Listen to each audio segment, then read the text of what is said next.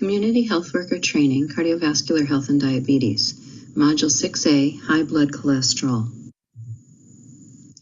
Learning Outcomes. After viewing this mini module, you should be able to define the term cholesterol and explain the different components of cholesterol. So let's start with the simple question of what is cholesterol? And in this module, we're going to be talking about blood cholesterol, which means the cholesterol that's in your blood as opposed to, say, the cholesterol that's in foods. Cholesterol is a fatty, waxy substance made by the liver that's carried around the body in the blood. The body produces most cholesterol naturally, and cholesterol is also found in some foods. Your body needs cholesterol to work properly. Why do we need cholesterol? So the body needs cholesterol for brain and cell function and also to make some hormones. So there's not a problem with the body having cholesterol, it needs it, but the problem is when cholesterol levels get too high in the blood. Click on this link to this YouTube video that gives a great overview of what cholesterol is, and then come back to the PowerPoint.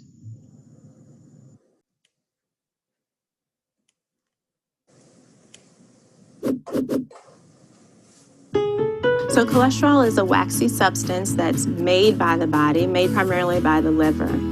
It's necessary for normal body functions. It's necessary for your brain to work, necessary for certain hormones to be made, and actually to digest food. So your body is designed and equipped to make just the right amount of cholesterol. And where we usually run into trouble is with our diet. We're adding more cholesterol to it. So if we didn't eat any cholesterol, our bodies would still function normally. There are a lot of different reasons as to why someone's cholesterol may be elevated. First and foremost are genetics. So there's some conditions where a patient may not make the receptor to handle cholesterol, therefore their cholesterol will be high. In other situations, they make too much cholesterol. So no matter what they do with their diet and with their exercise, they're still going to have high cholesterol, and a lot of times we have to resort to medications. Eating a diet high in saturated fat, high in trans fat will definitely raise your cholesterol as well. So good cholesterol, the main one would be HDL. So HDL is high density lipoprotein. So when you think of high, you think you want it to be high. So you want HDL to be elevated. And the way that works is it's anti-atherogenic, meaning it's designed to try to help prevent the buildup of plaque in the arteries around your heart, and then also to try to prevent platelets from sticking together.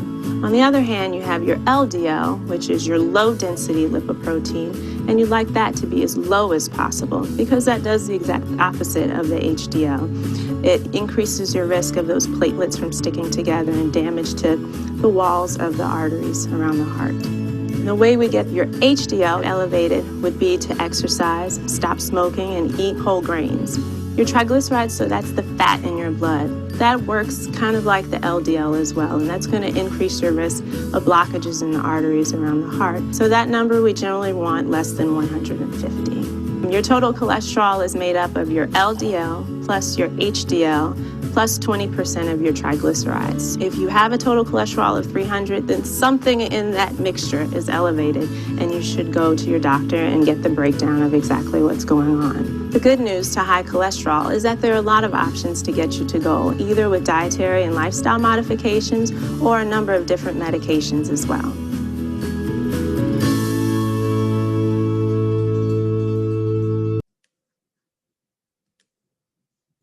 So let's talk about cholesterol in a little bit more detail now. Lipoproteins are particles of cholesterol and triglycerides that travel around in your bloodstream. And there's two main types of lipoproteins that carry cholesterol to and from the cells in your body. They are low-density lipoproteins, or LDLs, and high-density lipoproteins, or HDLs. And the two types are quite different, and we're going to talk about them in a little more detail.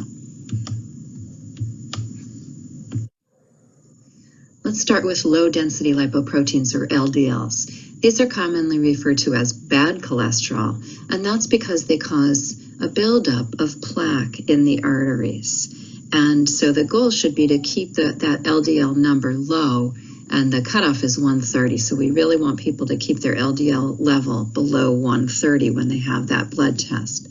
One way to think of it is the L in LDL means lousy. So again, high levels of LDLs can cause a buildup of plaque in the arteries that can then result in heart attack and stroke. The lower the LDL number, the better. On the other hand, HDLs are high-density lipoproteins, and those are the good cholesterol. And they actually remove LDLs and help to prevent the buildup of plaque in the arteries. And what the HDLs do is they carry the LDL back to the liver, which then flushes the LDLs out of the body. Again, these are the good cholesterol that we want people to keep their levels of high. So H for high. And high in this case is considered to be 50 or higher. There's no top limit, so the higher the better. Triglycerides are another type of fat in the blood which can increase your risk of heart disease. High levels of triglycerides and LDL in the blood cause plaque buildup on the walls of the arteries, increasing the risk of high blood pressure, heart attack, and stroke. Your liver makes triglycerides and changes some of it into cholesterol. So why does the body make too many triglycerides? So if you eat too many calories, or you have a diet high in carbs and trans fats, that triggers the body to make more triglycerides.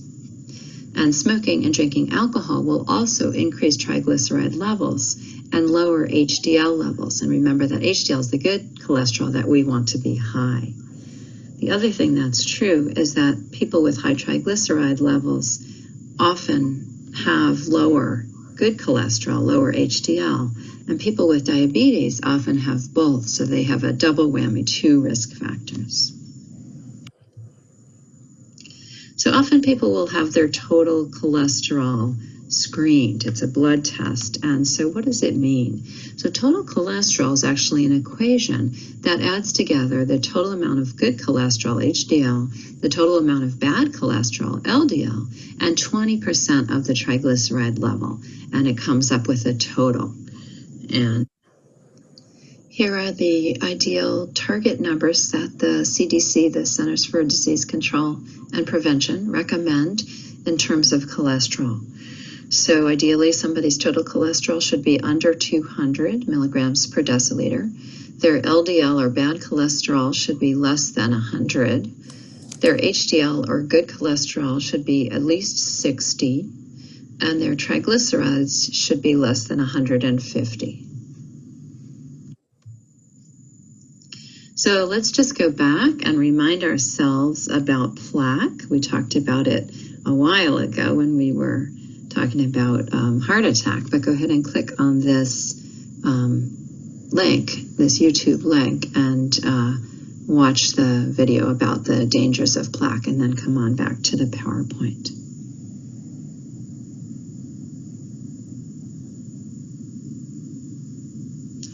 Okay, so just a reminder that plaque is that thick.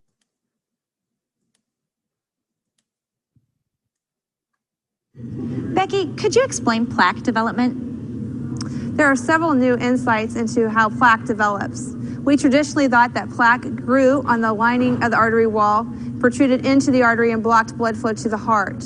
We actually know today that plaque starts inside the lining of the artery wall before it protrudes into the artery and blocking blood flow. Additionally, we thought that plaque would grow and grow and grow until it blocked blood flow to the heart, causing the heart attack or sudden death. However, we know today that plaque is much like a zit. Before a zit bursts, it gets red, angry, inflamed, and festers, and has a thin layer of skin covering it. The same with plaque. As plaque sits in our arteries, and if we don't get our risk factors under control, it continues to stay angry, inflamed, and festers. And if we never get a thick cap developed over the plaque, it will easily burst. And when that bursts, it only has the arterial lumen to burst into, and that's what causes the sudden heart attack or the sudden cardiac death. So it is important that you get all your risk factors under control to stabilize the plaque and to prevent plaque from bursting. How do you get a thick cap over your plaque? One way to get a thick cap over your plaque is to complete regular aerobic exercise. When we exercise, we have smooth muscle cells in the lining of our artery wall, and they will migrate around to form the thick cap. So should we all exercise? Absolutely. If you have plaque, you can't afford to miss it. I know if I have plaque?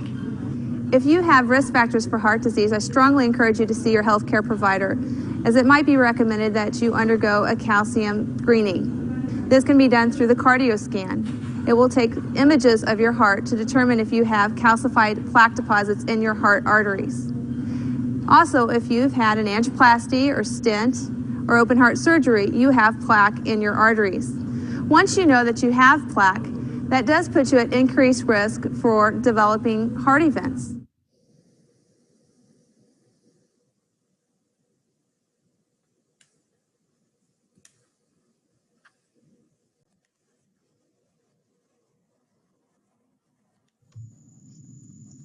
So let's just go back and remind ourselves about plaque. We talked about it a while ago when we were talking about heart attack, but go ahead and click on this link, this YouTube link, and watch the video about the dangers of plaque, and then come on back to the PowerPoint.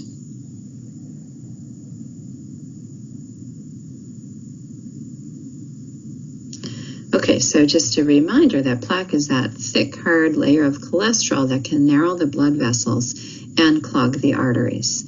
A buildup of plaque in the arteries causes a condition called atherosclerosis, or hardening of the arteries, which can lead to high blood pressure, heart attack, and stroke if a piece of it bursts, if a piece of the plaque bursts, or if it causes a clot to build up around there that then dislodges and goes either to the heart or to the brain.